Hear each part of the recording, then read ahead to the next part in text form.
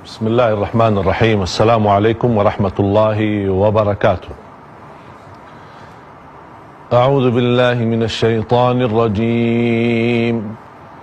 بسم الله الرحمن الرحيم. اقترب للناس حسابهم وهم في غفلة معرضون. ما يأتيهم من ذكر من ربهم محدث إلا استمعوه وهم يلعبون. صدق الله العظيم. Jamaah sekalian yang dimuliakan Allah Subhanahu wa taala, pemirsa Damai Indonesiaku, dimanapun anda berada, semoga selalu dalam lindungan Allah Subhanahu wa taala. Inti daripada bala adalah mengajarkan kita ikhlas.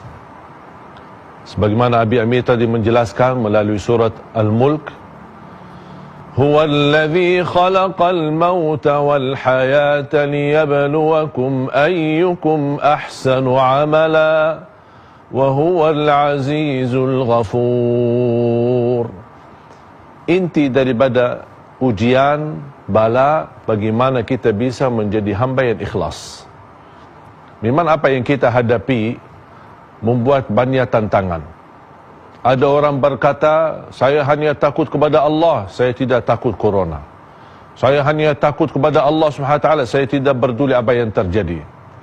Perkataan ini harus kita fikirkan dulu. Apa yang kita bicarakan bisa menjadi hisab kita di hadapan Allah Subhanahu wa taala. Kalau kita tidak mampu mengucapkan kata-kata yang baik, lebih baik kita diam. Man kana yu'minu billahi wal yawmil akhir falyaqul khairan aw liyasmut. Tidak ada hubungan antara iman dan takut ketika kita menghadapi wabah. Wabah kita menghadapi ada rasa kekhawatiran, rasa takut, itu wajar, manusia. Beda sama level takut kepada Allah Subhanahu wa taala, ini tergantung dengan iman kita kepada Allah Subhanahu wa taala. Justru dengan ada wabah ini membuat kita lebih mendekatkan diri kepada Allah Subhanahu wa taala. Bagaimana apa yang kita hadapi, kita bisa mengingat Allah Subhanahu wa taala dan kita meyakini Allah mengirimkan ini karena mohon maaf banyak manusia yang cukup lalai. Banyak yang kita tinggalkan kewajiban kita. Banyak yang kita menjauh dari lingkungan keluarga kita. Banyak kita tidak menyempatkan berduduk bersama anak-anak kita, mengetahui persoalan anak kita setiap hari. Dengan kondisi yang seperti ini, mau tidak mau terpaksa kita diam di rumah. Itulah cara Allah Subhanahu wa taala. Kadang-kadang manusia untuk merubah diri butuh kepaksaan. Allah mengirimkan tentaranya, Allah mengirimkan ujiannya supaya memaksakan manusia agar sadar. Kadang-kadang manusia diberikan cara harus tidak mau sadar, diberikan peringatan berkali-kali juga belum mau sadar. Tapi ketika sudah datang wabah ini, jangankan kita sebagai umat Islam, seluruh dunia mulai sadar. Presiden China pernah berkata ketika menghadapi wabah ini, dia berkata kami menghadapi wabah syaitan. Perdana Menteri Italian dia berkata, kami tidak mampu mencari solusi di bumi, kami menunggu solusi dari langit. Cuba bayangkan, belum lagi negara Amerika. Mana negara-negara yang hebat? Mana negara-negara yang selama ini kita tahu mereka memiliki dahsyat kekuatan dan kemajuan teknologi, mereka tidak mampu menghadapi penyakit yang begitu kecil yang tidak bisa dilihat oleh mata. Allah Subhanahu wa taala menunjukkan kekuasaannya agar seluruh manusia sadar dan kita akan kembali kepada Allah Subhanahu wa taala. Sampai kapan kita merasa diri hebat? Sampai kapan kita merasa diri mampu? Jangankan kita menghadapi musuh nyata, bisa juga kita tidak mampu melawannya. Bagaimana kita menghadapi musuh yang tidak bisa kita lihat? Makanya jemaah sekalian, ini benar-benar dahsyat kekuasaan Allah Subhanahu wa taala menunjukkan kepada kita betapa kelemahannya manusia. Apapun kehebatan negara manapun, kemajuannya, alat perangnya, kekayaannya, tidak bisa apa-apa. Kun fayakun qadarullah Subhanahu wa ta'ala. Jangankan kita menghadapi musuh nyata, menghadapi virus corona ini ada mengkencangkan seluruh dunia, bisa merusakkan, menghancurkan ekonomi, bisa membuat tantangan yang begitu luar biasa. Orang-orang yang susah bertambah susah, orang yang kakak, yang gaya bertambah kebingungan. Bagaimana Allah Subhanahu wa taala menunjukkan, saya ketika melihat kondisi dunia yang lagi benar-benar menghadapi pertentangan yang sangat luar biasa dan sangat dalam, saya ingat firman Allah Subhanahu wa taala, Bismillahirrahmanirrahim. Idza zulzilatil ardu zilzalaha wa akhrajatil ardu athqalaha wa qala al-insanu ma laha yawma idzin tuhadditsu akhbaraha. Bagaimana kalau terjadi di depan mata kita peristiwa hari kiamat? Bagaimana kalau bumi seluruhnya hancur? Bagaimana langit itu jatuh? Bagaimana berjatuhan bintang-bintang? Bagaimana Allah menghapuskan cahaya matahari? Bagaimana tenggelam bulannya? Dan bagaimana berubah suasana dunia ini dengan perintah Allah Subhanahu wa taala? Ini saja satu penyakit aja kita tidak mampu menghadapinya. Satu masalah yang menjadi sebenarnya pelajaran buat kita untuk kembali kepada Allah Subhanahu wa taala. Siti Aisyah pernah bertanya kepada Rasulullah SAW, anahlaku wa fina salihun? Apakah kami bisa menghadapi wabah, menghadapi penyakit, menghadapi bala, menghadapi kebinasaan, membuat kita semua binasa, walaupun ada di tengah kita orang-orang salih? Kata Rasulullah SAW, bisa jadi kami binasa, bisa kami jadi kurban, walaupun banyak di tengah-tengah kita orang-orang salih. Tapi ketika kita menghadapi wabah seperti ini, dan ada orang yang meninggal dunia walaupun dia orang salih, akan dibangkitkan oleh Allah Subhanahu wa taala dengan niat dan kesalihannya. Jamaah sekalian, waspadalah, dan kita harus tahu Allah Subhanahu wa taala Maha Kuasa, dan Allah menyadarkan kita agar segera kita kembali sebelum menjadi masalah yang lebih besar. Kembalilah kepada Allah. InsyaAllah saya yakin selalu ada jalan keluar dan solusi hanya dari Allah Subhanahu wa ta'ala. A'udzu billahi minasy syaithanir rajim. Bismillahirrahmanirrahim. Ya ayyuhalladzina amanu ittaqullaha wal tanzur nafsum ma qaddamat lighadin wattaqullaha innallaha khabirun bima ta'malun. Sadaqallahul azim. Pemirsa Damai Indonesiaku dimanapun anda berada, memang kondisi yang kita hadapi membuat banyak renungkan fikiran kita. Tidak ada solusi memang di bumi. Hanya itu semua yang kita kerjakan sebagai ikhtiar saja. Tapi solusinya adalah dari Allah Subhanahu wa taala.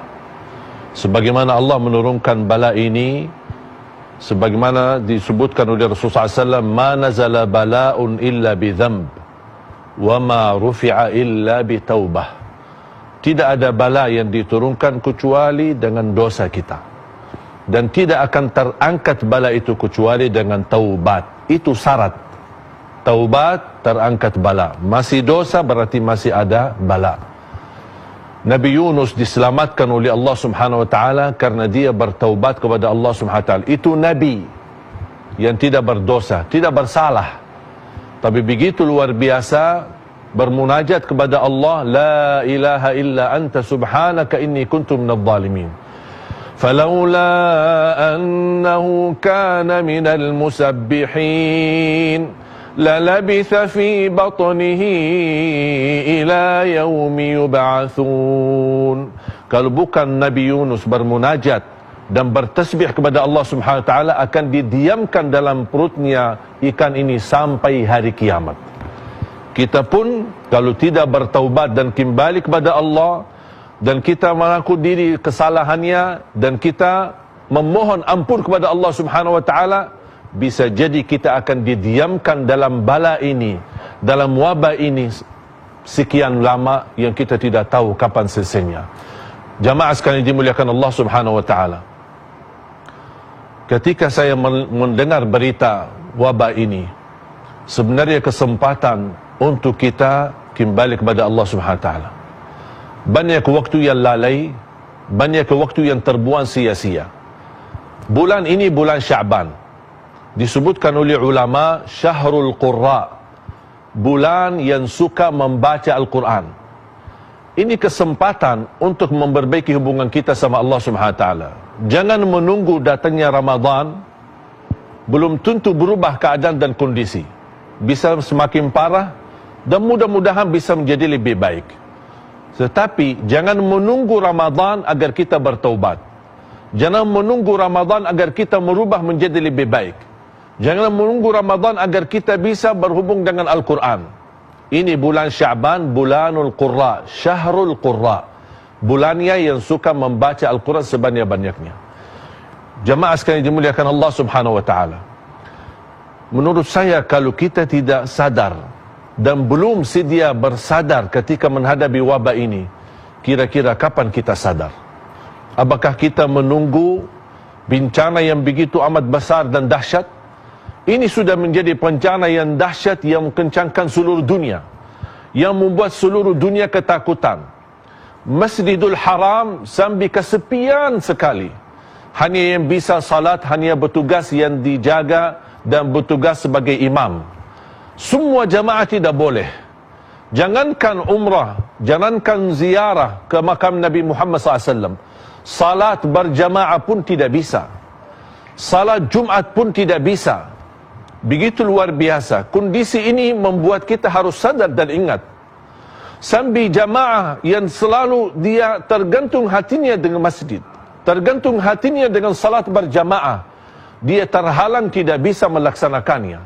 Dan ketika dia salat di rumah, dia bukan melanggar ajaran Islam, dia justru mengikuti ajaran Nabi Muhammad SAW. Ketika saya membaca sebuah hadis, ketika ada hujan besar yang mengganggu aktivitas kita, di dalam azan membolehkan muazzin hayya 'alas salah, hayya 'alal falah, menambahkan sallu fi buyutikum, ala sallu fi rihalikum, salatlah kalian di rumah, salatlah kalian di tempat kalian masing-masing. Ini salat jamaah diizinkan oleh Islam untuk kita mendiamkan diri di rumah. Bagaimana aktivitas yang lain? Ini salat yang disebutkan hubungan dan tali hubungan kita sama Allah. Tiang agama kita boleh tinggalkan berjamaah demi menjaga diri. Dan ada sebuah hikmah, lebih baik menjaga daripada berobat. Jamaah sekalian, ketika saya membaca ala sallu fi buyutikum, ala sallu fi rihalikum, saya mendengar seorang muazzin di dekat rumah. Saya mendengar azannya, tapi saya tidak bisa ke masjid. Bukan untuk hanya takut dengan wabah, tapi saya mengikuti ajaran Nabi Muhammad SAW. Saya mendiamkan diri di rumah dan saya mendengar azan ketika dia mengkumandangkan as-salatu khairum minan naum. Justru malah beliau nangis. Kita mendengar azan tapi tidak bisa mendekati dengan masjid. Ini luar biasa, menjadi ujian yang begitu luar biasa kita hadapi. Kapan kita umat Islam sadar untuk berkembali kepada Allah Subhanahu Wa Taala? Kalau ini wabah tidak menyadarkan kita agar kita bisa menjaga perintah Allah dan taat kepada Allah, ini menurut saya wabah menjadi pelajaran buat politisi di negara ini, bisa menjadi pelajaran buat para pejabat. Ini bisa menjadi pelajaran para dokter dan semua yang ada di negeri kita Indonesia yang tercinta. Jamaah sekalian, saya menggerakkan dan semua di rumah masing-masing berbanya doa Nabi Yunus. La ilaha illa ant, la ilaha illa ant,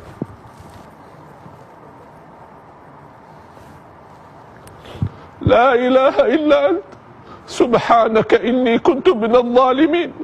Mudah-mudahan dalam munajat kita, dalam doa Nabi Yunus, mudah-mudahan Allah memberikan solusi untuk kita semua. Amin ya rabbal alamin.